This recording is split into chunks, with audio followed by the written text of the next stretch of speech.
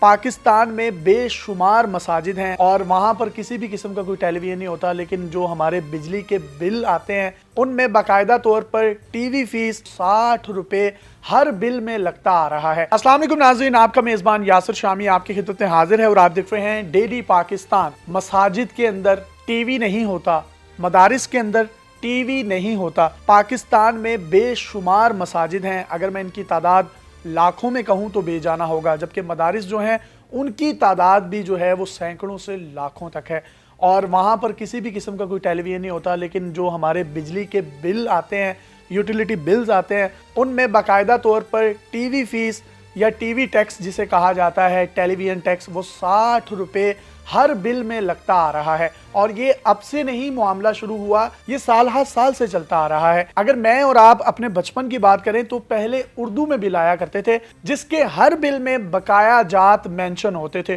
وہ 40 روپے کی صورت میں بھی ہو سکتے تھے، 100 روپے کی صورت میں بھی ہو سکتے تھے، 200 روپے کی صورت میں بھی ہو سکتے تھے۔ وہ تمام ناظرین جو میری اس بات سے اتفاق نہیں کرتے، آپ کے گھروں میں بے شمار پرانے بجلی کے بل موجود ہوں گے، ان کو کھولیں اور ساتھ ساتھ ہماری اس ویڈیو کو دیکھیں تو آپ کو محسوس ہوگا کہ وہ کون سے بقایا جات ہیں، ان کی نریشن کیا ہے، وہ کس مد میں دیے جا رہے ہیں۔ ڈبل انکم ٹیکس جو ہے وہ کس مد میں دیا جاتا ہے، ایکسٹرا ٹیکس کس چیز کا، اس کی نریشن کیا ہے، وہ کس مد میں لیا جا رہا ہے۔ یہ تمام کے تمام وہ سوالات ہیں جو ہر پاکستانی شہری کا بنیادی حق ہے کہ وہ چیئرمین وابڈا یا وفاقی وزیر جو پانی اور بجلی ہیں یا ان کا جو محکمہ ہے وہ ان سے سوالات کر سکے۔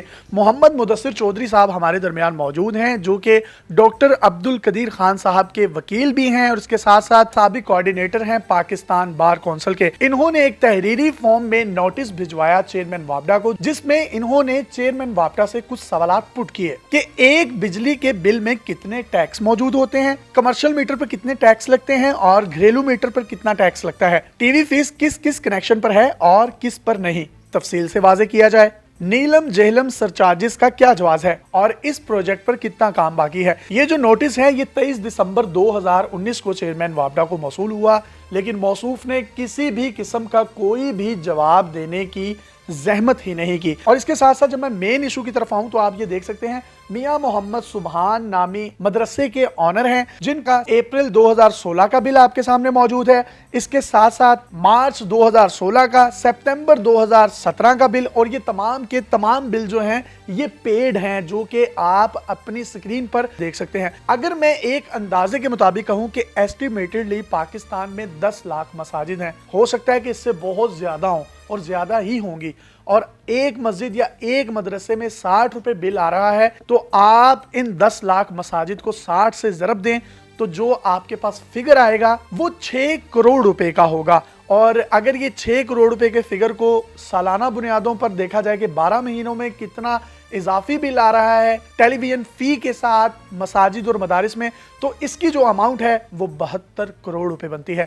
اور اگر میں 5 سال کی بات کروں تو یہ بل بنتا ہے 3 ارب 60 کروڑ روپے، اور اگر میں 10 سال کی بات کروں تو یہ تقریباً 7 سے 8 ارب کے قریب بنے گا۔ اور جب سے پاکستان بنا ہے یہ تمام کے تمام بلز جو ہیں یہ اسی طریقے سے آتے گئے، یا اب اگر تھوڑی سی اس میں امینڈمنٹ ہوئی ہیں، چینجز ہوئی ہیں، تو جو پہلے کے صارفین اضافی طور پر ٹیکسز دیتے رہے، کیا حکومت پاکستان تبدیلی سرکار ان کے پیسے ان کو واپس دلوائے گی؟ مدرسے کی اونر میاں محمد سبحان صاحب نے ان کی وسادت سے ہائی کورٹ میں جو ہے وہ کیس لگا رکھا ہے اور اس کی مختلف تاریخوں پر جو ہے وہ سماعت ہوتی ہے۔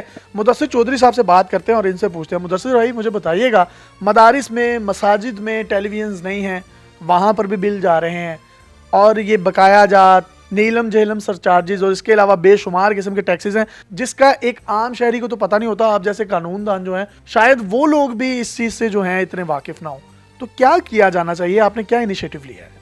جی یاسر بھائی، دیکھیں یہ مدرسے کا جو بل ہے جو ابھی میں نے آپ کو دکھایا ہے، یہ ایک قاری ہے، مدرسے کا بل ہے، وہ مسجد بھی ہے اور مدرسہ بھی ہے، اس کو بھی مسلسل ٹی وی کے جو ہے نا وہ چارجز وغیرہ آ رہے ہیں، جس کے اوپر میں نے ایک پٹیشن بھی فائل کی تھی کہ ہماری پاکستانی عوام کو کم از کم یہ کلیئر کر دیں یہ آپ کے سامنے کہ ایک بل میں آپ نے کتنے ٹیکس دیتے ہیں، اور اگر سر چارجز جو لے رہے ہیں، ٹی وی فیس لے رہے ہیں، اور ٹی وی کا مدرسے میں کیا کام آ گیا، ٹی وی کا مسجد میں کیا کام آ گیا، چرچز میں بھی، مندروں میں بھی بل جاتے ہوں گے، ڈیفینیٹلی وہاں پہ بھی نہیں ہوتی ٹیلی ویژن۔ اگر مسجد اور مدرسے میں آ رہے ہیں تو وہاں پہ بھی جاتے ہوں گے۔